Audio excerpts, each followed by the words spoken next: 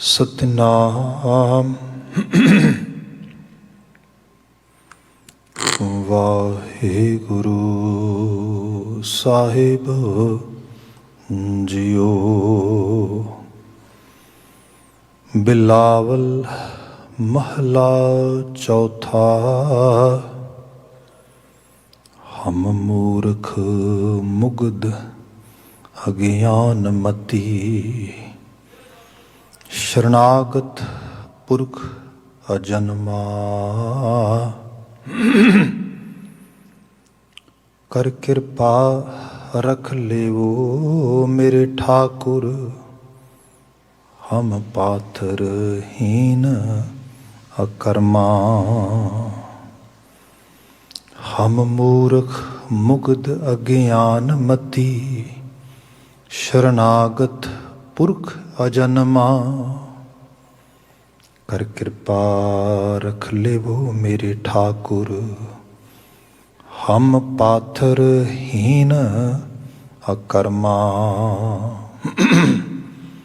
ਮੇਰੇ ਮਨ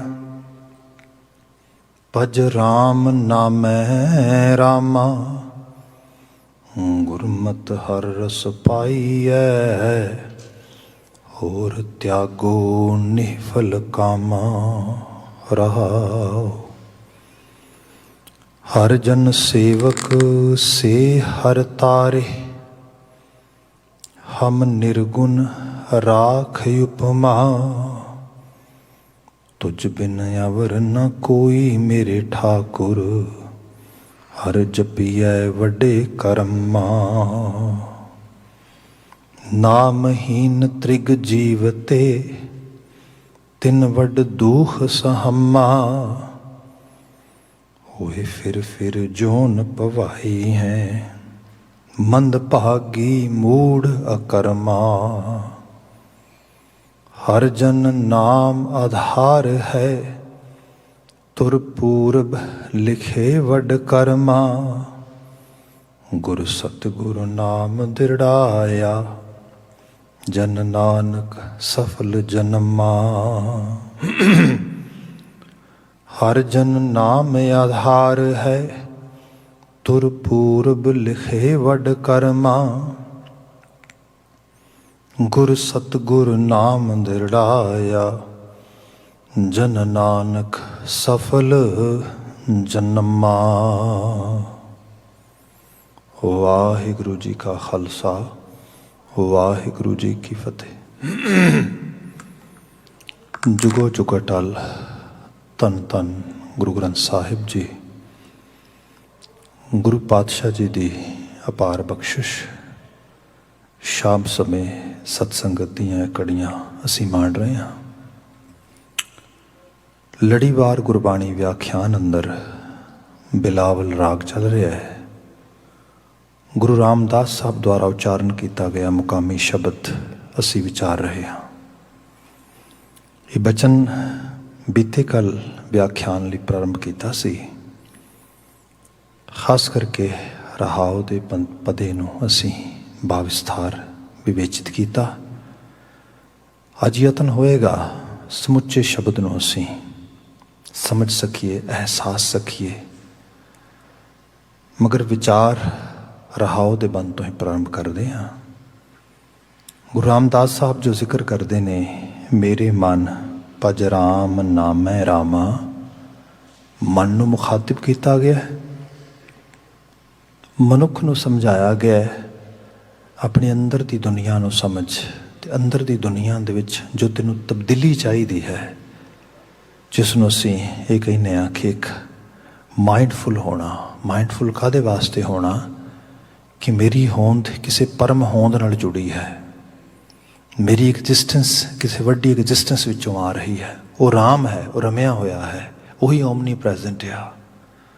ਸੁਰਤ ਜਿਵੇਂ ਜਿਵੇਂ ਉਸ ਯੂਨੀਵਰਸਲ ਰੀਅਲ ਨੂੰ, ਯੂਨੀਵਰਸਲ ਰਿਐਲਿਟੀ ਨੂੰ ਸਮਝੇਗੀ, ਉਹਨੂੰ ਐਕਸੀਕਿਊਟ ਕਰ ਪਾਏਗੀ, ਉਸ ਨੂੰ ਆਪਣੇ ਜੀਵਨ ਦੇ ਅਮਾਲ ਨਾਲ ਲਿਆ ਪਾਵੇਗੀ, ਉਸ ਨੂੰ ਉਹਦੀ ਸਮ੍ਰਿਤੀ ਵਿੱਚ ਲਿਆ ਪਾਵੇਗੀ, ਉਹਦਾ ਜੀਵਨ ਰਸਦਾਇਕ ਹੋਏਗਾ। ਇਹੀ ਬਚਨ ਹੈ। ਕਿਆ ਮੇਰੇ ਮਨ ਭਜ ਰਾਮ ਨਾਮੈ ਰਾਮਾ, ਗੁਰਮਤਿ हर रस पाई है। तो यही राह गुरु का राह है। तो Guru is actually showing this path by giving us some teachings in form of blessing. ਉਹਦੀਆਂ ਜਿਹੜੀਆਂ ਅਸੀਸਾਂ ਨੇ ਉਸ ਸਿੱਖਿਆਵਾਂ ਦੇ ਰੂਪ ਵਿੱਚ ਆਉਂਦੀਆਂ, ਅਤੇ ਜੋ ਸਿੱਖਿਆਵਾਂ ਨੂੰ ਪੜ੍ਹਦਾ, ਸੁਣਦਾ, ਸਮਝਦਾ ਉਸ ਰਸ ਨੂੰ ਮਾਨਣ ਦੇ ਕਾਬਿਲ ਹੋ ਜਾਂਦਾ।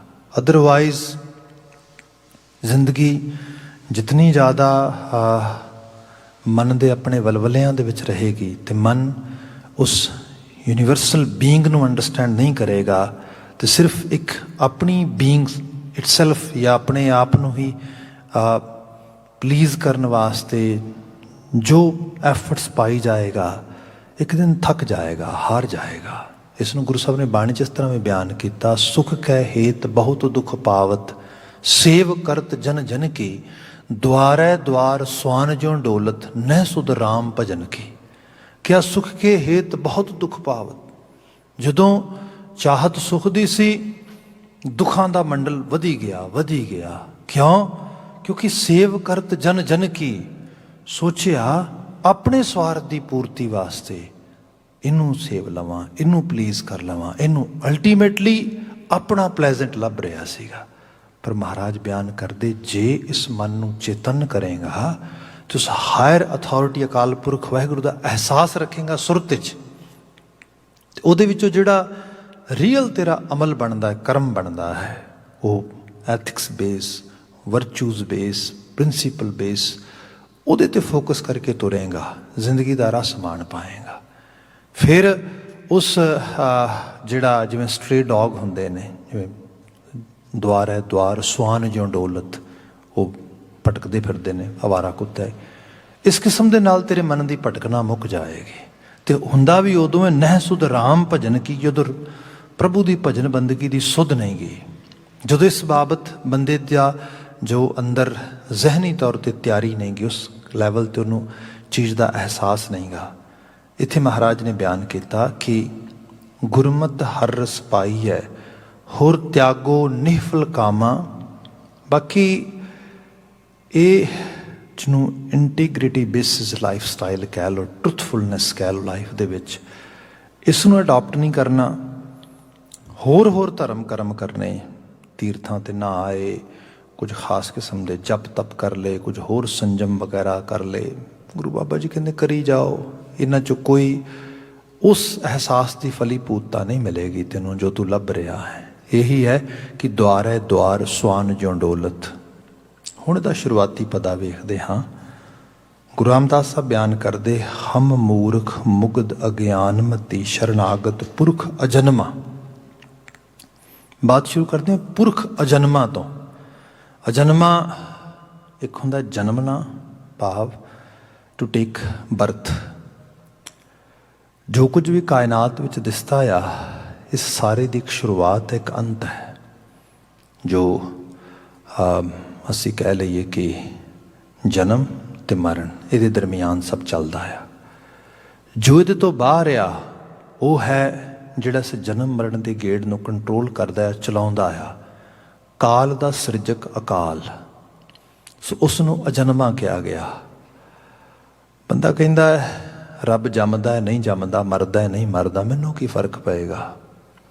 ਜੇ ਆਪਾਂ ਮਨੁੱਖੀ ਦੁਨੀਆ ਦੇ ਸਮੁੱਚੇ ਵਿਕਾਸ ਵੱਲ ਧਿਆਨ ਮਾਰੀਏ, ਜਿਹੜੀਆਂ ਸਾਡੀਆਂ ਸਿਵਲਾਈਜੇਸ਼ਨਸ ਜਿੰਨੀਆਂ ਬਿਲਟ ਹੋਈਆਂ ਨੇ, ਉਹ ਕਿਸੇ ਥਿਊਰੀ 'ਤੇ ਬਿਲਟ ਹੋਈਆਂ ਨੇ। ਉਹਦਾ ਇੱਕ ਪੂਰਾ ਦਾ ਪੂਰਾ ਸਟਰਕਚਰ ਆ। ਦੋ ਤਰ੍ਹਾਂ ਦੇ ਸਟਰਕਚਰ ਬਹੁਤ ਜ਼ੋਰਾਵਰ ਨੇ ਮਨੁੱਖੀ ਸਮਾਜ ਦੇ ਵਿੱਚ। ਇੱਕ ਅਵਤਾਰਵਾਦੀ, ਦੂਸਰਾ ਪੈਗੰਬਰਵਾਦੀ। ਅਵਤਾਰਵਾਦੀ ਇਹ ਕਹਿੰਦਾ ਹੈ ਕਿ ਰੱਬ ਨੇ ਫਲਾਂ ਯੁੱਗ 'ਚ ਆ ਅਵਤਾਰ ਲਿਆ, ਫਲਾਂ ਯੁੱਗ 'ਚ ਆ ਅਵਤਾਰ ਲਿਆ, ਅਤੇ ਅਵਤਾਰਾਂ ਦੀ ਦੁਨੀਆ ਲਗਾਤਾਰ ਚੱਲਦੀ ਰਹਿੰਦੀ ਹੈ। ਪੈਗੰਬਰ ਉਹਦੇ 'ਚ ਇਹ ਹੈ ਕਿ ਸਾਡਾ ਪੈਗੰਬਰ ਇੱਥੋਂ ਆਇਆ ਸੀ, ਸਾਡਾ ਪੈਗੰਬਰ ਵੱਡਾ ਸੀ, ਸਾਡਾ ਪੈਗੰਬਰ ਦੂਜੇ ਪੈਗੰਬਰ ਉਸ ਤੋਂ ਬਾਅਦ ਆਇਆ, ਉਹ ਲੇਟੈਸਟ ਪੈਗੰਬਰ ਹੈ। ਇੱਕ ਪੈਗੰਬਰ ਹੋਰ ਆਉਣਾ, ਕਹਿੰਦੇ ਨਹੀਂ ਅਜੇ ਪੈਗੰਬਰ ਐਨਫ ਪੈਗੰਬਰ ਆ ਗਏ ਨੇ, ਇਹੀ ਪੈਗੰਬਰ ਮੰਨਣਾ ਪਏਗਾ। ਅਲਟੀਮੇਟਲੀ ਕੋਈ ਪੈਗੰਬਰੀ ਸੰਦੇਸ਼। ਸੋ ਇਹ ਸਾਰੀ ਡਿਬੇਟ ਚੱਲ ਰਹੀ ਉਸ ਰੂਪ ਦੇ ਵਿੱਚ। ਅੱਜ ਦੀ ਜੇ ਲੇਟੈਸਟ ਜਾਂ ਅੱਜ ਦੇ ਹਾਲਾਤਾਂ 'ਚ ਗੱਲ ਕਰੀਏ ਤਾਂ ਅੱਜ ਹਿਊਮਨ ਕ੍ਰਾਈਸਿਸ ਅਸੀਂ ਸੀਰੀਆ 'ਚ ਵੇਖ ਚੁੱਕੇ ਹਾਂ, ਮਿਡਲ ਈਸਟ ਦੇ ਹੋਰ ਬਹੁਤ ਸਾਰੇ ਖਿੱਤਿਆਂ 'ਚ ਅਸੀਂ ਦੇਖਿਆ ਆ। ਤੁਹਾਡੇ ਸਾਹਮਣੇ ਪੈਗੰਬਰੀ ਧਾਰਾ ਨੂੰ ਮੰਨਣ ਵਾਲੇ ਮੁਅੱਜ਼ਜ਼ ਤੇ ਮੁਹੰਮਦੀਨ ਦੋਨਾਂ ਰੂਪਾਂ ਨੂੰ ਤੁਸੀਂ ਦੇਖ ਸਕਦੇ ਹੋ। ਤੇ ਜੋ ਹਾਲਤ ਫਿਲਿਸਤੀਨ ਤੇ ਇਜ਼ਰਾਈਲ ਦੇ 'ਚ ਪਿਛਲੇ ਦਿਨਾਂ 'ਚ ਹੋਈ, ਕਿਤੇ ਤੋਂ ਲੁਕੀ ਛੁਪੀ ਹੈ। ਜੇ ਹੋਰ ਰੀਸੈਂਟ ਦੇਖੀਏ ਤਾਂ ਅੱਜ ਅਫਗਾਨਿਸਤਾਨ ਦੀ ਕੀ ਹਾਲਤ ਆ। ਅਫਗਾਨਿਸਤਾਨ ਦਾ ਕ੍ਰਾਈਸਿਸ ਜਿਹੜਾ ਆ, ਜੇ ਉਹਨੂੰ ਸਹੀ ਰੂਪੇ ਤਰਜਮਾਨੀ ਕੀਤੀ ਜਾਏ ਤਾਂ ਉੱਥੇ ਕ੍ਰਾਈਸਿਸ ਕਿਸ ਰੂਪ ਦੇ 'ਚ ਆ ਰਿਹਾ ਆ ਕਿ ਇੱਕ ਖਾਸ ਸਕੂਲ ਆਫ ਥਾਟ ਨੂੰ ਅਡੋਪਟ ਕਰਕੇ ਮੰਨ ਕੇ ਇੱਕ ਮਜ਼ਹਬ ਦੇ ਰੂਪ ਵਿੱਚ ਚੱਲਣ ਵਾਲੀ ਜਮਾਤ, ਉਹ ਕਹਿੰਦੀ ਹੈ ਕਿ ਬਸ ਇਹੀ ਮਜ਼ਹਬੀ ਸਟਰਕਚਰ ਜਿਹੜਾ ਆ, ਇਹਨੂੰ ਹੀ ਅਸੀਂ ਇਹਦੀ ਧੁਜਾ ਫਹਿਰਾਣੀ ਹੈ। ਅਤੇ ਉਹਦੇ ਲਈ ਅਸੀਂ ਇੱਕ ਪੂਰੇ ਦਾ ਪੂਰਾ ਆਪਣਾ ਜਾਨੋ ਮਾਲ ਸਭ ਦਾਅ 'ਤੇ ਲਾ ਦੇਣਾ ਆ, ਤਾਂ ਹੀ ਤਾਂ ਜੇਤੂ ਹੋਏ। ਸੋ ਇੱਕ ਬੜੇ ਡੈਡੀਕੇਸ਼ਨ ਦੇ ਨਾਲ ਇਸ ਕਿਸਮ ਦੀ ਪੰਥ ਪ੍ਰਸਤਗੀ, ਇਸ ਕਿਸਮ ਦਾ ਇੱਕ ਮਜ਼ਹਬ ਪ੍ਰਸਤਗੀ ਜਿਹੜੀ ਹੈ ਉਹ ਚੱਲਦੀ ਹੈ ਉਸ ਰੂਪ ਦੇ ਵਿੱਚ। ਅਤੇ ਪਿੱਛੇ ਇੱਕ ਪੈਗੰਬਰੀ ਸੋਚ ਉਹ ਕੰਮ ਕਰਦੀ ਹੈ। ਜਦੋਂ ਗੁਰੂ ਮਹਾਰਾਜ ਦੀ ਅਸੀਂ ਬਾਤ ਦੇਖਦੇ ਹਾਂ ਤੇ ਗੁਰੂ ਬਾਬਾ ਜੀ ਨਾ ਸਾਨੂੰ ਅਵਤਾਰਵਾਦੀ ਸੋਚ ਨਾਲ ਨਾ ਪੈਗੰਬਰਵਾਦੀ ਸੋਚ ਨਾਲ ਜੋੜਦੇ, ਸਾਨੂੰ ਮਾਨਵਵਾਦੀ ਸੋਚ ਨਾਲ ਜੋੜਦੇ। ਮਨੁੱਖ ਨੂੰ ਤਰਜੀਹ ਦਿੱਤੀ ਜਾਏ। ਮਨੁੱਖਾਂ ਦੇ ਦੁੱਖ ਸਾਂਝੇ ਨੇ, ਉਹਨਾਂ ਨੂੰ ਭੁੱਖ ਕੁਦਰਤ ਦਿੰਦੀ ਹੈ, ਉਹਨਾਂ ਦਾ ਰਹਿਣ ਸਹਿਣ ਕੁਦਰਤ ਨਾਲ ਆਤਮਸਾਤ ਹੋ ਕੇ ਰਹਿੰਦਾ ਹੈ। ਇਸ ਕਰਕੇ ਬੰਦੇ ਨੂੰ ਕੁਦਰਤ ਦੇ ਅਸੂਲਾਂ ਨੂੰ ਮੰਨਣਾ ਚਾਹੀਦਾ ਆ। ਧਰਮ ਦੀ ਸਹੀ ਪਰਿਪੇਖਤਾ ਇਹ ਹੈ। ਸੋ ਇਸ ਪਰਿਪੇਖਤਾ 'ਚ ਬਾਤ ਇਹ ਕੀਤੀ ਗਈ ਕਿ ਬੰਦੇ ਲਈ ਧਰਮ ਦੇ ਮਾਇਨੇ ਇਹ ਸਮਝ ਲਵੋ ਕਿ ਜਿਵੇਂ ਬਲਿਹਾਰੀ ਕੁਦਰਤ ਵਸਿਆ ਤੇਰਾ ਅੰਤ ਨਾ ਜਾਈ ਲਖਿਆ। ਬਲਿਹਾਰ ਜਾਈਏ ਉੱਤੋਂ ਜੋ ਕੁਦਰਤ ਕਰਕੇ ਵਸਿਆ ਹੋਇਆ ਹੈ, ਅਤੇ ਕੁਦਰਤ ਦੇ ਵਿੱਚ ਇਹ ਹੈ, ਕੁਦਰਤ ਤੁਹਾਨੂੰ ਬਹੁਤ ਕੁਝ ਸਿਖਾਉਂਦੀ ਹੈ। ਪਹਿਲੇ ਨੰਬਰ 'ਤੇ ਇਹ ਹੈ ਡਾਇਵਰਸਿਟੀ। ਇੱਕੋ ਬਾਗ, ਇੱਕੋ ਬਗੀਚੇ 'ਚ ਹਜ਼ਾਰਾਂ ਤਰ੍ਹਾਂ ਦੇ ਫੁੱਲ, ਪੱਤੇ, ਰੰਗ ਖਿੜਦੇ ਨੇ। ਇੱਕ ਪੱਤਾ ਦੂਸਰੇ ਪੱਤੇ ਨਾਲ ਕੰਪੀਟ ਕਰਦਾ ਆ, ਇੱਕ ਫੁੱਲ ਦੂਜੇ ਫੁੱਲ ਨਾਲ ਕੰਪੀਟ ਕਰਦਾ ਆ, ਪਰ ਇੱਕ ਨੇਚਰ ਦੇ ਬਣਾਏ ਲਾ ਦੇ ਮੁਤਾਬਕ ਉਹ ਖੁਰਾਕ ਇੱਕ ਮਿੱਟੀ 'ਚੋਂ ਲੈਂਦੇ, ਹਵਾ ਪਾਣੀ ਲੈਂਦੇ, ਸਭ ਚੀਜ਼ਾਂ, ਅਤੇ ਉਹ ਆਪੋ ਆਪਣੇ ਪੋਰਸ਼ਨ ਨੂੰ ਲੈਣ ਲਈ, ਗ੍ਰੈਬ ਕਰਨ ਲਈ ਉਸੇ ਤਰੀਕੇ ਨਾਲ ਇੱਕ ਨੇਚੁਰਲ ਵੇ ਨਾਲ ਚੱਲਦੇ ਉਸ ਰੂਪ ਦੇ ਵਿੱਚ। ਅਨਨੈਚੁਰਲ ਵੇ ਨਹੀਂ ਉੱਥੇ ਕੋਈ ਵੀ ਹੈਗਾ। ਉੱਥੇ ਕੋਈ ਵੀ ਇਹੀ ਐਥਿਕਸ ਨੇ ਐਕਚੁਅਲ ਲੈਵਲ 'ਤੇ ਦੇਖਿਆ ਜਾਏ। ਤੇ ਜਦੋਂ ਅੱਜ ਦੇ ਸਮਾਜਾਂ 'ਚ ਅਸੀਂ ਦੇਖਦੇ ਹਾਂ ਕਿ ਬੰਦੇ ਦੀ ਹੋੜ ਇੱਕ ਦੂਸਰੇ ਤੋਂ ਅੱਗੇ ਲੰਘਣ ਦੀ ਹੈ, ਕੁਦਰਤ ਨੇ ਕਿਹਾ ਹੈ ਠੀਕ ਹੈ ਹੋਣੀ ਵੀ ਚਾਹੀਦੀ ਹੈ, ਕਾਦਰ ਦੀ ਕੁਦਰਤ ਵਿੱਚ ਇਸ ਤਰੀਕੇ ਨਾਲ ਹੈ, ਪਰ ਉਹਦਾ ਕੋਈ ਕ੍ਰਾਈਟੀਰੀਆ ਆ। ਉਸ ਕ੍ਰਾਈਟੀਰੀਏ 'ਚੋਂ ਜਾਣਾ ਸਾਰਿਆਂ ਨੇ। ਪਰ ਜਿਵੇਂ ਜਿਵੇਂ ਬੰਦਾ ਸਮਾਜ ਵਿੱਚ ਆਪਣੇ ਸੈਲਫ ਇੰਟਰਸਟ ਦੇ ਵਿੱਚ ਬਹੁਤ ਜ਼ਿਆਦਾ ਲਬਰੇਜ਼ ਹੋ ਜਾਂਦਾ ਆ, ਉਹ ਫਿਰ ਐਥਿਕਸ ਨੂੰ ਜਾਂ ਤਾਂ ਭੁੱਲ ਜਾਂਦਾ ਹੈ ਜਾਂ ਫਿਰ ਆਪਣੇ ਤਰੀਕੇ ਦੇ ਐਥਿਕਸ ਘੜਦਾ ਆ। ਜੇ ਆਪਾਂ ਡੀਪ ਲੈਵਲ 'ਤੇ ਦੇਖੀਏ ਤਾਂ ਇੱਕ ਬਹੁਤ ਡਰਟੀ ਲੈਵਲ ਦੀ ਪੋਲੀਟਿਕਸ ਵਰਲਡ ਵਾਈਡ ਚੱਲਦੀ ਹੈ, ਜਿਹੜੀ ਮਜ਼ਹਬ ਨੂੰ ਯੂਜ਼ ਕਰਦੀ, ਧਰਮ ਨੂੰ ਯੂਜ਼ ਕਰਦੀ, ਮੈਨੀਪੂਲੇਟ ਕਰਦੀ ਚੀਜ਼ਾਂ ਨੂੰ। ਅੱਜ ਅੱਗੇ ਵੀ ਅਸੀਂ ਬਾਤ ਕੀਤੀ, ਰਾਈਟ ਵਿੰਗ ਜਿਹਨੂੰ ਅੱਜ ਕੱਲ੍ਹ ਕਿਹਾ ਜਾਂਦਾ ਆ, ਜਿਹੜਾ ਬੜਾ ਇੱਕ ਫੈਨੈਟਿਕ ਗਰੁੱਪ ਆ ਵਰਲਡ ਵਾਈਡ, ਉਹ ਅੱਗੇ ਵੱਧ ਰਿਹਾ ਆ, ਜਿਹੜਾ ਮਨੁੱਖਵਾਦੀਆਂ ਵਾਸਤੇ ਵੱਡਾ ਨੁਕਸਾਨਦਾਇਕ ਬਣ ਰਿਹਾ ਆ। ਇਸ ਸਾਰੀ ਸੋਚ ਦਾ ਜਿਹੜਾ ਲਹਿਜ਼ਾ, ਫਿਰ ਮੈਂ ਕਹਾਂਗਾ ਪਿੱਛੇ ਜਾ ਕੇ ਦੇਖੋਗੇ, ਅਵਤਾਰਵਾਦੀ ਸੋਚ, ਪੈਗੰਬਰਵਾਦੀ ਸੋਚ ਉਹਦੇ ਨਾਲ ਜਾ ਕੇ ਜੁੜੇਗਾ। ਬਾਬਾ ਜੀ ਕਹਿੰਦੇ ਹੁਣ ਵਿੱਚ ਜੀ, ਅੱਜ ਵਿੱਚ ਜੀ, ਤੇ ਹੁਣ ਤੇ ਅੱਜ ਵਿੱਚ ਜੀਂਦਿਆਂ ਹੋਇਆਂ ਇਹ ਸਮਝ, ਕਰਤਾਰ ਨਾ ਜੰਮਦਾ ਨਾ ਮਰਦਾ, ਉਹ ਤੇ ਕਾਇਮ ਦਾਇਮ ਹੈ। ਕਾਹਦੀ ਲੜਾਈ? ਮੈਂ ਫਲਾਣੇ ਅਵਤਾਰ ਨੂੰ ਮੰਨਣਾ, ਮੈਂ ਫਲਾਣੇ ਅਵਤਾਰ ਨੂੰ ਨਹੀਂ ਮੰਨਦਾ, ਮੈਂ ਫਲਾਣੇ ਪੈਗੰਬਰ ਨੂੰ ਮੰਨਣਾ, ਫਲਾਣੇ ਪੈਗੰਬਰ ਨੂੰ ਨਹੀਂ ਮੰਨਦਾ। ਭਾਈ ਇਹਦੇ ਨਾਲ ਕੀ ਫਰਕ ਪਏਗਾ? ਫਰਕ ਤਾਂ ਇੱਥੇ ਪਏਗਾ ਕਿ ਅੱਜ ਮਾਨਵੀ ਜੀਵਨ ਤੇਰਾ ਕੈਸਾ ਆ। ਜਿਵੇਂ ਆਪਾਂ ਗੁਰੂ ਨਾਨਕ ਸਾਹਿਬ ਦੇ ਜੀਵਨ ਯਾਪਨ ਵਿੱਚ ਪੜ੍ਹਦੇ ਹਾਂ, ਜਦੋਂ ਮਹਾਰਾਜ ਮੱਕੇ ਅਰਬ ਦੇਸ਼ ਦੇ ਉਸ ਇਲਾਕੇ ਵਿੱਚ ਸੀਗੇ, ਜਦੋਂ ਉੱਧਰ ਮਹਾਰਾਜ ਦੀ ਉਦਾਸੀ ਸੀ ਮੱਕੇ ਦੇਸ਼ ਵੱਲ, ਅਤੇ ਉੱਥੇ ਬਹੁਤ ਸਾਰੀਆਂ ਚਰਚਾਵਾਂ ਹੋਈਆਂ। ਗੋਸ਼ਟ ਸਾਡੇ ਕੋਲ ਮੌਜੂਦ ਨੇ, ਜਨਮ ਸਾਖੀ ਵਿੱਚ ਵੀ, ਹੋਰ ਵੇਰਵਿਆਂ 'ਚ ਮਿਲਦਾ ਹੈ। ਡੈਫੀਨੇਟਲੀ ਸ਼ਰਈ ਲੋਕਾਂ ਦਾ ਰਾਜ ਸੀਗਾ, ਇਸਲਾਮਕ ਧੁਜਾ ਝੂਲ ਰਹੀ ਸੀ ਚਾਰ ਚੁਫੇਰੇ। ਅਤੇ ਗੁਰੂ ਨਾਨਕ ਸਾਹਿਬ ਨਾਲ ਜਦੋਂ ਗੱਲਬਾਤ ਹੁੰਦੀ ਮੌਲਵੀਆਂ ਦੀ, ਮੁਲਾਣਿਆਂ ਦੀ, ਉਹਨਾਂ ਦੇ ਕਾਜ਼ੀਆਂ ਦੀ, ਉਹਨਾਂ ਦੇ ਬੜੇ ਵੱਡੇ ਹਾਫਿਜ਼ ਲੋਕਾਂ ਦੀ, ਸਕਾਲਰਸ ਜਿਹੜੇ ਸੀਗੇ, ਤਾਂ ਉਹਨਾਂ ਨੇ ਸੋਚਿਆ ਬਾਬਾ ਨਾਨਕ ਜੀ ਨੂੰ ਆਪਣੇ ਪ੍ਰਭਾਵ ਹੇਠ ਲੈ ਕੇ ਆਉਂਦੇ ਆ। ਅਲਟੀਮੇਟਲੀ ਸਾਡੀ ਜੈ ਜੈਕਾਰ ਕਰੇਗਾ ਅਤੇ ਸਾਡਾ ਰਾਜ ਪਾ ਗਿਆ, ਸਾਡੀ ਗੱਲ ਨੂੰ ਹੁਣੇ ਮੰਨੇਗਾ ਵੀ, ਨਾ ਮੰਨਣ ਵਿੱਚ ਕਿਵੇਂ ਜਾਏਗਾ। ਸੋ ਬੜੀਆਂ ਡਿਬੇਟਸ ਹੋਈਆਂ ਗੁਰੂ ਨਾਨਕ ਸਾਹਿਬ ਦੇ ਨਾਲ।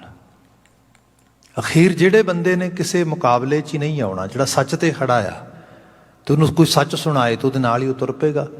ਝੂਠ ਸੁਣਾਏ ਕਿਸੇ ਲੈਵਲ 'ਤੇ ਵੀ ਉਹ ਡਰਾਏ ਧਮਕਾਏ, ਉਹਨੂੰ ਤਾਂ ਮੰਨਣਾ ਹੀ ਨਹੀਂ ਉਸਨੇ, ਤਾਂ ਉਸ ਨੂੰ ਤਾਂ ਹਰਾਇਆ ਨਹੀਂ ਜਾ ਸਕਦਾ। ਉਹ ਤਾਂ ਸੱਚਿਆਰ ਆ, ਉਹ ਤਾਂ ਸੱਚਖੰਡ ਦੀ ਸੁਰਤ 'ਚ ਬੈਠਾ ਆ। ਅਖੀਰ ਉਹਨਾਂ ਨੇ ਬਾਤ ਇਹ ਸਮਝੀ ਕਿ ਇੱਥੇ ਸਾਡੀ ਦਾਲ ਨਹੀਂ ਗਲਣੀ, ਅਸੀਂ ਕ੍ਰੋਸ ਐਗਜ਼ਾਮਿਨ ਕਰਾਂਗੇ, ਕੀ ਕਰਾਂਗੇ ਗੁਰੂ ਨਾਨਕ ਸਾਹਿਬ ਨੂੰ। ਫਿਰ ਸਾਨੂੰ ਇਹ ਪਤਾ ਲੱਗਦਾ ਹੈ ਕਿ ਉਹਨਾਂ ਕਿਹਾ ਛੱਡੋ ਹੋਰ ਗੱਲਾਂ ਨੂੰ ਇੱਕ ਪਾਸੇ, ਤੁਹਾਡੇ ਕੋਲ ਪੋਥੀ ਹੈ ਮਹਾਰਾਜ, ਆਸਾ ਹੱਥ ਕਿਤਾਬ ਕੱਛ। ਹਰ ਵਕਤ ਹੱਥ ਵਿੱਚ ਡੰਡਾ ਹੁੰਦਾ ਸੀ ਅਤੇ ਕੱਛ ਦੇ ਵਿੱਚ ਗੁਰੂ ਸਾਹਿਬ ਕੋਲ ਪੋਥੀ ਹੁੰਦੀ ਸੀ, ਜਿਸ ਪੋਥੀ 'ਚ ਬਾਣੀ ਰਚੀ ਹੁੰਦੀ ਸੀ। ਜਿੱਥੇ ਕਿਤੇ ਬਾਣੀ ਮਿਲਦੀ ਉਹ ਕਲੈਕਸ਼ਨ ਵੀ ਕਰਦੇ। ਬਾਬਾ ਕਬੀਰ ਜੀ, ਭਗਤ ਫਰੀਦ ਜੀ, ਭਗਤ ਨਾਮਦੇਵ ਜੀ, ਭਗਤ ਰਵਿਦਾਸ, ਜੋ ਰਚਨਾ ਸਾਰੀ ਗੁਰੂ ਨਾਨਕ ਸਾਹਿਬ ਨੇ ਕਲੈਕਟ ਕੀਤੀ। ਦੂਸਰੇ ਪਾਸੇ ਜੋ ਆਪਣੀ ਰਚਨਾ ਸੀ ਉਹਨੂੰ ਵੀ ਮਹਾਰਾਜ ਵਿੱਚ ਕਲਮਬੱਧ ਕਰਦੇ। ਖੈਰ ਉਹ ਕਹਿੰਦੇ ਗੱਲ ਇਹ ਹੈ ਗੁਰੂ ਨਾਨਕ ਸਾਹਿਬ ਨੂੰ, ਤੁਹਾਡੇ ਨਾਲ ਗੱਲ ਕੋਈ ਨਹੀਂ ਕਰਨੀ, ਕਿਉਂਕਿ ਤੁਹਾਡੇ ਨਾਲ ਗੱਲ ਕਰਕੇ ਅਸੀਂ ਕਿਸੇ ਮੁਕਾਬਲੇ 'ਚ ਨਹੀਂ ਪਹੁੰਚਦੇ, ਕਿਉਂਕਿ ਤੁਹਾਡੀ ਜਿਹੜਾ ਰੁਤਬੇਦਾਰੀ ਨੂੰ, ਤੁਹਾਡੇ ਕੈਲੀਬਰ ਨੂੰ ਅਸੀਂ ਚੈਲੰਜ ਹੀ ਨਹੀਂ ਕਰ ਪਾਉਂਦੇ।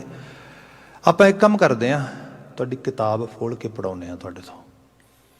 ਦੱਸੋ ਇਹ ਕਿਤਾਬ ਫੋਲ ਕੇ ਕਿ ਤੁਸੀਂ ਮੁਸਲਮਾਨਾਂ ਬਾਰੇ ਕੀ ਲਿਖਿਆ ਆ। ਅਤੇ ਕਿਉਂਕਿ ਹਿੰਦ ਕੇ ਆਂਚਲ ਤੋਂ ਆਏ ਹੋਏ ਲੋਕ, ਉਹਨਾਂ ਨੂੰ ਕਿਹਾ ਜਾਂਦਾ ਸੀਗਾ, ਉਹਨਾਂ ਬਾਰੇ ਕੀ ਲਿਖਿਆ ਹੈ, ਲੈਟਸ ਹੁਣੇ ਪਤਾ ਲੱਗ ਜਾਏਗਾ ਸਾਨੂੰ ਤੁਸੀਂ ਕਿਸ ਨਜ਼ਰ ਨਾਲ ਦੇਖਦੇ ਹੋ। ਭਾਈ ਗੁਰਦਾਸ ਜੀ ਬਿਆਨ ਕਰਦੇ, ਉਹਨਾਂ ਕਿਹਾ ਪੁੱਛਣ ਫੋਲ ਕਿਤਾਬ ਨੂੰ, ਹਿੰਦੂ ਵੱਡਾ ਕਿ ਮੁਸਲਮਾਨ ਹੋਈ। ਦੱਸੋ ਕਿਹਨੂੰ ਵੱਡਾ ਲਿਖਿਆ ਤੁਸੀਂ, ਹਿੰਦੂ ਨੂੰ ਵੱਡਾ ਲਿਖਿਆ ਕਿ ਮੁਸਲਮਾਨ ਨੂੰ ਵੱਡਾ ਲਿਖਿਆ, ਬਿਆਨ ਕਰੋ। ਅਤੇ ਪਰ ਆਪ ਨਹੀਂ ਕਹਿਣਾ, ਨਹੀਂ ਤੁਹਾਡੀ ਜ਼ਬਾਨ ਤੋਂ ਨਹੀਂ ਸੁਣਨਾ, ਕਿਤਾਬ ਫੋਲੋ, ਇਹਦੇ ਵਿੱਚੋਂ ਦੱਸੋ ਵੀ ਤੁਸੀਂ ਕਿਹਨੂੰ ਲਿਖਿਆ। ਪੁੱਛਣ ਫੋਲ ਕਿਤਾਬ ਨੂੰ, ਹਿੰਦੂ ਵੱਡਾ ਕਿ ਮੁਸਲਮਾਨ ਹੋਈ। ਬਾਬਾ ਜੀ ਹੱਸ ਪਏ ਅਤੇ ਭਾਈ ਗੁਰਦਾਸ ਜੀ ਕਹਿੰਦੇ, ਬਾਬਾ ਜੀ ਜਵਾਬ ਦਿੰਦੇ, ਕਹਿਣ ਲੱਗੇ, ਉਹ ਤੁਸੀਂ ਕਿਹੜੀਆਂ ਗੱਲਾਂ ਕਰਦੇ ਹੋ, ਤੁਹਾਡਾ ਸਵਾਲ ਇਹ ਹੈ ਨਾ, ਪੁੱਛਣ ਫੋਲ ਕਿਤਾਬ ਨੂੰ, ਹਿੰਦੂ ਵੱਡਾ ਕਿ ਮੁਸਲਮਾਨ ਹੋਈ। ਬਾਬਾ ਆਖੈ ਹਾਜੀਆਂ, ਸ਼ੁਭ ਅਮਲਾਂ ਬਾਝੋਂ ਦੋਨੋਂ ਰੋਈ। ਇੱਥੇ ਮੇਰੀ ਜਾਚੇ ਧਰਤੀ ਤੇ ਰਹਿਣ ਵਾਲੇ ਬੰਦੇ ਦੇ ਅਮਲ ਉਹਨੂੰ ਦਰਿਆਫਤ ਕਰਦੇ ਨੇ, ਉਹਦੀ ਹੋਰ ਕੋਈ ਆਈਡੈਂਟਿਟੀ ਨਹੀਂ ਹੈਗੀ। ਉਹਦੀ ਪਹਿਚਾਨ ਉਹਦੇ ਅਮਲ ਅਮਾਲ ਨੇ। ਜੇ ਉਹਦੇ ਅਮਲਾਂ ਦੇ ਵਿੱਚ ਰੱਬ ਦਾ ਭੈ ਹੈ, ਉਹ ਭਾਵੇਂ ਹਿੰਦੂ ਹੈ ਤੇ ਭਾਵੇਂ ਮੁਸਲਮਾਨ ਹੈ, ਭਾਈ ਉਹ ਪਾਕ ਹੈ, ਉਹ ਚੰਗੇਰਾ ਆ। ਜਿਹੜਾ ਖੁਦਾ ਖੁਦਾ ਤੇ ਕਰਦਾ ਹੈ, ਰਾਮ ਰਾਮ ਤੇ ਕਰਦਾ ਹੈ, ਰੱਬ ਰੱਬ ਤੇ ਕਰਦਾ ਹੈ, ਪਰ ਉਹਦੇ ਅਮਲਾਂ ਦੇ ਵਿੱਚ ਰੱਬ ਦਾ ਭੈ ਹੀ ਨਹੀਂਗਾ। ਸੋ ਇੱਥੇ ਗੱਲ ਇਹ ਹੈ ਕਿ ਕਰਤਾਰ ਕਿਸ ਰੂਪ ਵਿੱਚ, ਕਿਸ ਨਾਮ ਨਾਲ ਯਾਦ ਕੀਤਾ ਜਾਏ, ਇਹ ਮਾਇਨੇ ਨਹੀਂ ਰੱਖਦਾ। ਉਸ ਨੂੰ ਕਿਸ ਅਵਤਾਰ 'ਚ ਮੰਨਿਆ ਜਾਏ ਜਾਂ ਕਿਸ ਪੈਗੰਬਰ 'ਚ ਮੰਨਿਆ ਜਾਏ, ਮਾਇਨੇ ਇਹ ਰੱਖਦਾ ਆ ਬੰਦਾ ਉਸ ਸੁਰਤ ਨੂੰ ਆਪਣੇ ਅੰਦਰ ਅਡਾਪਟ ਕਰੇ ਜਿਹੜੀ ਉਹਨੂੰ ਜ਼ਰਰੇ ਜ਼ਰਰੇ 'ਚ ਮੌਜੂਦ ਹਸਤੀ ਦੇ ਨਾਲ ਜੋੜੇ, ਜਿਹਨੂੰ ਕਹਿੰਦੇ ਆ ਓਮਨੀ ਪ੍ਰੈਜ਼ੈਂਟ। ਇੱਥੇ ਬਾਣੀ ਨੇ ਕਿਹਾ ਜਨਮ ਮਰਨ ਦੇ ਗੇੜ ਤੋਂ ਬਾਹਰ ਹੈ ਨਾਰਾਇਣ, ਇਸ ਲਈ ਉਸ ਨੂੰ ਨਾ ਕਿਸੇ ਪੈਗੰਬਰ ਤੇ ਨਾ ਕਿਸੇ ਅਵਤਾਰ 'ਚ ਇਸ ਰੂਪ ਵਿੱਚ ਨਹੀਂ ਅਹਿਸਾਸਣਾ। ਬਚਨ ਇਹ ਆਇਆ, ਗੁਰੂ ਰਾਮਦਾਸ ਸਾਹਿਬ ਬਿਆਨ ਕਰਦੇ, ਕਹਿੰਦੇ ਹਮ ਮੂਰਖ ਮੁਗਧ ਅਗਿਆਨ ਮਤੀ ਸ਼ਰਨਾਗਤ ਪੁਰਖ ਅਜਨਮਾ। ਅਸੀਂ ਉਹਦੀ ਸ਼ਰਨਾਗਤ ਹਾਂ ਜੋ ਪੁਰਖ ਹੈ। ਇੱਥੇ ਪੁਰਖ ਦੇ ਮਤਲਬ ਵੀ ਸਮਝੋ। ਪੁਰਖ ਨੂੰ ਜੇ ਅਸੀਂ ਭਾਸ਼ਾਈ ਪੱਖ ਤੋਂ ਦੇਖੀਏ ਤੇ ਪੁਰਖ ਦੇ ਮਾਇਨੇ ਨੰਬਰ 1 ਤੇ ਭਾਰਤੀ ਭਾਸ਼ਾਵਾਂ ਦੇ ਵਿੱਚ ਲਏ ਜਾਂਦੇ ਨੇ ਮੈਸਕੂਲਨ ਜੈਂਡਰ ਤੋਂ। ਇੱਕ ਪੁਰਖ ਦੇ ਅਰਥ ਨੇ, ਇੱਕ ਪੁਰਖ ਦੇ ਅਰਥ ਨੇ ਪੁਰਸ਼ਾਰਥੀ, ਮੇਨ ਉਹ ਜੋ ਬਹੁਤ ਐਕਟਿਵ ਆ ਉਸ ਰੂਪ ਦੇ ਵਿੱਚ। ਇਹ ਪੁਰਖ ਆ ਰਿਹਾ ਸ਼ਬਦ ਪ੍ਰਾਕਿਰਤ ਦੇ ਪਿਛੋਕੜ ਵਿੱਚੋਂ, ਰੂਟਸ ਉੱਥੋਂ ਆ ਰਹੇ ਨੇ। ਇਹਦਾ ਅੱਜ ਦਾ ਲਫ਼ਜ਼ ਅਸੀਂ ਪੰਜਾਬੀ ਜ਼ਬਾਨ 'ਚ ਆ ਆਪਣੀ ਭਾਸ਼ਾ 'ਚ ਇਸ ਤਰ੍ਹਾਂ ਪੜ੍ਹਦੇ ਆ, ਪਰੁਚੇ ਹੋਣਾ। ਪੁਰਖ ਮੀਨ ਪਰੁਚ ਜਾਣਾ। ਜਿਵੇਂ ਮਾਲਾ ਦੇ ਮੋਤੀ ਹੁੰਦੇ ਨੇ ਤੇ ਉਹਨਾਂ ਮੋਤੀਆਂ 'ਚ ਧਾਗਾ ਨਹੀਂ ਪਰੁਚਿਆ ਹੁੰਦਾ, ਉਹ ਜੋ ਸਾਰੇ ਮਣਕਿਆਂ 'ਚ ਪਰੁਚਿਆ ਹੋਇਆ ਉਹ ਪੁਰਖ ਹੈ, ਸਭ ਥਾਂ ਤੇ ਮੌਜੂਦ ਆ, ਓਮਨੀ ਪ੍ਰੈਜ਼ੈਂਟ ਆ, ਅਜਨਮਾ ਆ, ਜਨਮ ਮਰਨ ਤੋਂ ਰਹਿਤ ਹੈ। ਮਤਲਬ ਇੱਕ ਸਪੈਸੀਫਿਕ ਸ਼ੇਪ 'ਚ ਉਹਨੂੰ ਜੰਮਿਆ ਹੋਇਆ ਨਾ ਸਮਝੋ, ਉਹ ਸਾਰੀਆਂ ਸ਼ੇਪਸ ਉਹਦੇ ਵਿੱਚੋਂ ਆਉਂਦੀਆਂ ਤੇ ਉਹਦੇ ਵਿੱਚ ਸਮਾ ਜਾਂਦੀਆਂ, ਉਹਨੂੰ ਓਅੰਕਾਰ ਕਿਹਾ ਗਿਆ। ਸੋ ਉਸ ਪੁਰਖ ਦੀ, ਉਸ ਅਜਨਮੀ ਹਸਤੀ ਦੇ ਸ਼ਰਨਾਗਤ ਮੈਂ ਸ਼ਰਨ ਆਇਆ। ਮੇਰੀ ਭਗਤੀ ਕਿਸੇ ਖਾਸ ਸਟੈਚੂ, ਕਿਸੇ ਖਾਸ ਅਵਤਾਰ, ਕਿਸੇ ਖਾਸ ਪੈਗੰਬਰ, ਕਿਸੇ ਖਾਸ ਸੋਚ 'ਚ ਮਤਾਇਤ ਨਹੀਂ ਹੈ।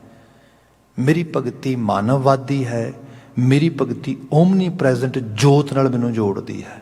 ਇਹ ਗੁਰੂ ਰਾਮਦਾਸ ਸਾਹਿਬ ਕਹਿੰਦੇ। ਤੇ ਇੱਥੇ ਜਾ ਕੇ ਮੈਂ ਬੜਾ ਐਰੋਗੈਂਟ ਹਾਂ, because I know more than actually others. I am very arrogant. Why? Because my actually spirituality is superior than others. You know, evaluation ਕੀਤੀ ਜਾਂਦੀ। ਬਾਬਾ ਜੀ ਕਹਿੰਦੇ ਨਾ, ਸੱਚ ਇਹ ਹੈ, ਇੰਨੀ ਕੁ ਸਮਝ ਆ ਗਈ ਹੈ ਕਿ ਜੁੜਨਾ ਉਹਦੇ ਨਾਲ ਹੈ, ਤੇ ਬਾਕੀ ਮੇਰੀ ਕੀ ਐਬਿਲਿਟੀ, ਮੇਰੀ ਕੀ ਪਾਇਆ ਮੈਂ ਕਿਸੇ ਨੂੰ ਜੱਜ ਕਰਾਂ ਤੇ ਕਿਸੇ ਨੂੰ ਅਵੈਲੂਏਟ ਕਰਾਂ। ਮੇਰੀ ਹਸਤੀ ਤੇ ਇੰਨੀ ਕਿ ਹਮ ਮੂਰਖ ਮੁਗਧ ਅਗਿਆਨਮਤੀ। ਹਮ, ਮੈਂ ਕਿਹਾ, ਮੂਰਖ ਮੁਗਧ, ਜਿਹਨੂੰ ਕੋਈ ਬਹੁਤੀ ਸਮਝ ਨਹੀਂ ਹੈ। ਅੱਜ ਦੀ ਤਾਰੀਖ ਵਿੱਚ ਵੀ ਅਸੀਂ ਦੇਖੀਏ, ਅਹੰਕਾਰ ਦਾ ਟਕਰਾਅ ਤੇ ਹੰਕਾਰ ਦੀ ਟੀਸੀ ਤੇ ਬੈਠਾ ਹੋਇਆ ਬੰਦਾ ਆਪਣੇ ਆਪ ਨੂੰ ਉਚੇਰਾ ਤੇ ਦੂਜਿਆਂ ਨੂੰ ਛੁਟਿਆਉਣ ਦਾ, ਛੁਟਿਆਰਾ ਕਰਨ ਵਾਸਤੇ ਐਫਰਟ ਪਾ ਰਿਹਾ ਆ।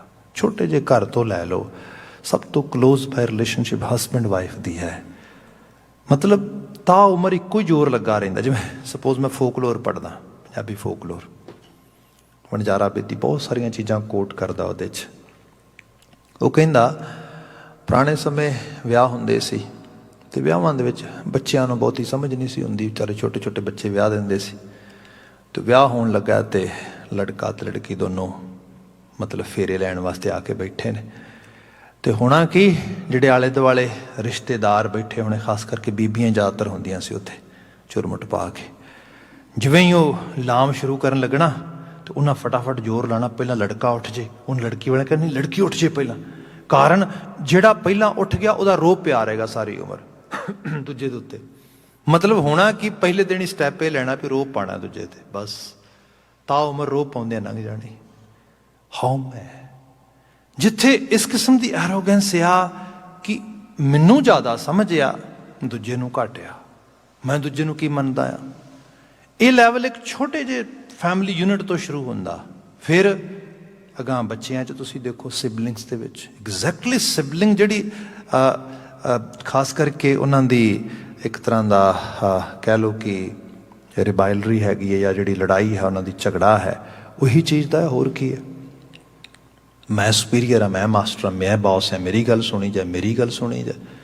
ਥੋੜ੍ਹਾ ਹੋਰ ਅੱਗੇ ਆ ਜਾਈਏ ਤੇ ਰਿਸ਼ਤੇਦਾਰਾਂ ਨਾਤੇਦਾਰਾਂ 'ਚ ਬਾਤ ਆ, ਤੇ ਫਿਰ ਸਮਾਜਾਂ 'ਚ ਕਿਵੇਂ ਨਹੀਂ ਹੋਏਗੀ, ਕਮਿਊਨਿਟੀਜ਼ ਵਿੱਚ ਕਿਵੇਂ ਨਹੀਂ ਹੋਏਗੀ। ਜਿਹੜਾ ਡਿਸਕ੍ਰਿਮੀਨੇਸ਼ਨ ਦੀ ਗੱਲ ਕਰਦੇ ਹਾਂ, ਰੇਸ਼ਿਜ਼ਮ ਦੀ ਗੱਲ ਕਰਦੇ ਹਾਂ ਅਸੀਂ, ਇੱਥੇ ਹੀ ਆਉਂਦਾ ਆ। ਜੈਂਡਰ ਬੇਸਡ ਵੀ ਹੈਗਾ, ਫਿਰ ਰੇਸ ਬੇਸਡ ਵੀ ਹੈਗਾ, ਕਲਰ ਬੇਸਡ ਵੀ ਹੈਗਾ, ਰੀਜਨਲ ਲੈਵਲ 'ਤੇ ਵੀ ਹੈਗਾ, ਲੈਂਗੁਇਸਟਿਕ ਸਾਈਡ 'ਤੇ ਵੀ ਹੈਗਾ ਆ, ਕਲਚਰਲ ਸਾਈਡ 'ਤੇ ਵੀ ਹੈਗਾ। ਫਿਰ ਇਸ ਸਾਰੀ ਦੁਫਾੜਤਾ ਦੇ 'ਚ ਤੁਰਿਆ ਹੋਇਆ ਬੰਦਾ ਅਖੀਰ ਇੱਕ ਲੈਵਲ 'ਤੇ ਜਾ ਕੇ ਅਸੀਂ ਸਾਰੇ ਇਕੁਅਲ ਹੋ ਜਾਂਦੇ ਹਾਂ, ਸਪਿਰਿਟ ਜਾਂ ਸੋਲ ਦੇ ਲੈਵਲ 'ਤੇ ਕਹਿ ਲਓ। ਆਤਮਾ ਤਾਂ ਸਾਰਿਆਂ 'ਚ ਇੱਕੋ ਜਿਹੀ ਹੈ ਨਾ, ਆਤਮਿਕ ਗਿਆਨ ਵੀ ਇੱਕੋ ਜਿਹਾ ਹੋਣਾ ਚਾਹੀਦਾ। ਉੱਥੇ ਮੁਸੀਬਤ ਇਹ ਬਣ ਗਈ, ਉੱਥੇ ਧਰਮਾਂ ਦੇ ਗੁੱਟ ਬਣ ਗਏ, ਸੈਕਟ। ਮੇਰੀ spirituality is a way better than yours, yours is lower than mine. ਹੋ ਗਿਆ ਕੰਮ ਸ਼ੁਰੂ। ਬਾਬਾ ਜੀ ਕਹਿੰਦੇ ਸਾਨੂੰ ਕੀ ਪਤਾ ਆ, ਹਮ ਦੀਨ, ਅਸੀਂ ਤੇ ਦੀਨ ਲੋਕ ਹਾਂ, ਅਸੀਂ ਤੇ ਮੂਰਖ ਮੁਗਧ ਹਾਂ। ਇਸ ਤਰ੍ਹਾਂ ਸਮਝੋ ਸਾਨੂੰ ਸਿੱਖ ਬਣਨਾ ਚਾਹੀਦਾ, ਸਿੱਖਣਾ ਚਾਹੀਦਾ। ਤੇ ਸਿੱਖਿਆ ਕਿਤੋਂ ਵੀ ਮਿਲੇ। ਇਹ ਗੁਰੂ ਗ੍ਰੰਥ ਸਾਹਿਬ ਦੇ ਬਚਨ ਨੇ, ਜਿਹਦੇ 'ਚ ਮਹਾਰਾਜ ਨੇ ਕੋਈ ਜਜਮੈਂਟਲ ਨਹੀਂ ਬਣਾਇਆ, ਬਲਕਿ ਕਿਹਾ ਇਹ ਕੋਈ ਜਨ ਹਰਸਿਓ ਦੇਵੈ ਜੋਰ, ਅਨੋਨੀਮਸਲੀ ਐਨੀਵਨ, ਕੋਈ ਮਾਇਨੇ ਨਹੀਂ ਰੱਖਦਾ। ਉਹ ਕਹਿੰਦੇ ਨਹੀਂ ਰਵਿਦਾਸ ਨਹੀਂ, ਕਿਉਂਕਿ ਉਹ ਤੇ ਅਛੂਤ ਆ। ਨਹੀਂ ਰਾਮਾਨੰਦ ਨਹੀਂ, ਕਿਉਂਕਿ ਉਹ ਬ੍ਰਾਹਮਣੀ ਧਾਰਾ 'ਚੋਂ ਆ ਰਿਹਾ ਆ। ਨਹੀਂ ਸਦਨਾ ਨਹੀਂ। ਕਿਉਂ? ਕਿਉਂਕਿ ਉਹ ਤੇ ਜਾਨਵਰਾਂ ਨੂੰ ਜ਼ਿਬਾ ਕਰਨ ਵਾਲਾ ਆ। ਫਰੀਦ ਨਹੀਂ, ਨਹੀਂ ਨਹੀਂ ਨਹੀਂ ਨਹੀਂ, ਉਹ ਤੇ ਮੁਸਲਮਾਨੀ ਢੰਗ ਨਾਲ ਨਮਾਜ਼ ਪੜ੍ਹਦਾ ਆ। ਗੁਰੂ ਮਹਾਰਾਜ ਨੇ ਕਿਸੇ ਤੋਂ ਪਰਹੇਜ਼ ਨਹੀਂ ਕੀਤਾ। ਕਿਆ ਕੋਈ ਜਨ, ਅਸੀਂ ਗੁਰੂ ਗ੍ਰੰਥ ਸਾਹਿਬ ਅੱਜ ਕੁਝ ਕੈਲੰਡਰ ਦੀ ਤਾਰੀਖਾਂ ਦੇ ਮੁਤਾਬਕ ਪ੍ਰਕਾਸ਼ ਦਿਹਾੜਾ ਵੀ ਮਨਾਇਆ ਜਾ ਰਿਹਾ। ਹੁਣ ਉਹ ਪ੍ਰਕਾਸ਼ ਦਿਹਾੜਾ ਗੁਰੂ ਗ੍ਰੰਥ ਸਾਹਿਬ ਦਾ ਜਿਹੜਾ ਆਦਿ ਗ੍ਰੰਥ ਦੇ ਰੂਪ ਵਿੱਚ ਰਚਨਾ ਰਚੀ ਸੀ, ਸਾਡਾ ਗੁਰੂ ਹੈ, ਇਸ਼ਟ ਹੈ, ਅਸੀਂ ਮੱਥਾ ਟੇਕਦੇ ਹਾਂ ਆ ਕੇ। ਅਤੇ ਇਸ ਤਰ੍ਹਾਂ ਖੋਲ੍ਹੋ ਤੁਸੀਂ, ਜਿਹੜਾ ਸ਼ਬਦ ਖੱਬੇ ਪਾਸਿਓਂ ਉੱਪਰੋਂ ਸ਼ੁਰੂ ਹੁੰਦਾ ਆ, ਜਾਂ ਪੰਨਾ ਪਲਟ ਕੇ ਸੱਜੇ ਪਾਸਿਓਂ ਥੱਲਿਓਂ ਸ਼ੁਰੂ ਹੁੰਦਾ, ਉਹ ਸਾਡਾ ਹੁਕਮਨਾਮਾ ਹੁੰਦਾ, ਅਸੀਂ ਸਾਰੇ ਜਾਣਦੇ ਹਾਂ। ਅਤੇ ਉਸ ਹੁਕਮਨਾਮੇ ਦੇ ਵਿੱਚ ਕਦੀ ਬਾਬਾ ਕਬੀਰ ਜੀ ਬੋਲ ਰਹੇ ਹੁੰਦੇ ਨੇ, ਕਿਆ ਪੜ੍ਹੀਏ ਕਿਆ ਗੁਨੀਏ, ਕਿਆ ਵੇਦ ਪੁਰਾਨਾ ਸੁਣੀਏ, ਪੜ੍ਹੇ ਸੁਣੇ ਕਿਆ ਹੋਈ, ਜੋ ਸਹਿਜ ਨਾ ਮਿਲਿਓ ਸੋਈ।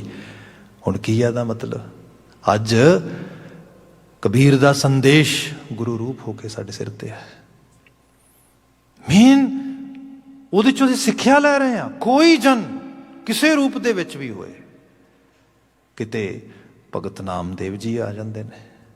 ਉਹ ਨਾਮਦੇਵ ਜੀ ਜਿਨ੍ਹਾਂ ਦੇ ਬਚਨ ਅਸੀਂ ਪੜ੍ਹਦੇ ਹਾਂ, ਪਹਿਲਪੁਰ ਸਾਬਰਾ ਅਥੋਨਪੁਰ ਸਾਦਮਰਾ ਅਸਗਾ ਅਸ ਉਸਕਾ ਹਰ ਕਾ ਬਾਗਰਾ ਨਾਚੈ ਪਿੰਦੀ ਮੈਂ ਸਾਗਰਾ। ਸੋ ਇਹ ਹੈ ਐਕਚੁਅਲੀ, ਮੈਂ ਇਤਨੀ ਕੁ ਬੇਨਤੀ ਕਰਾਂਗਾ, ਅੱਜ ਦੀ ਦੁਨੀਆ ਦੇ ਵਿੱਚ ਜਿਹੜੀ ਆਸ ਉਮੀਦ ਆ ਉਹ ਗੁਰੂ ਗ੍ਰੰਥ ਸਾਹਿਬ ਹੀ ਹੈ ਐਕਚੁਅਲੀ। ਅਦਰਵਾਈਜ਼ ਮਨੁੱਖ ਨੇ ਜਿੰਨੀਆਂ ਕੁ ਕੰਧਾਂ ਬਣਾ ਲਈਆਂ ਨੇ, ਜਿੰਨੀਆਂ ਕੁ ਵੱਟਾਂ ਪਾ ਲਈਆਂ ਨੇ, ਜਿੰਨੀ ਕੁ ਨਫ਼ਰਤ ਕ੍ਰੀਏਟ ਕਰ ਲਈ ਹੈ ਚਾਰ ਚੁਫੇਰੇ, ਜਿਹੜੀ ਅਸੀਂ ਟੋਲਰੈਂਸ ਦੀ ਗੱਲ ਕਰਨੇ ਆ।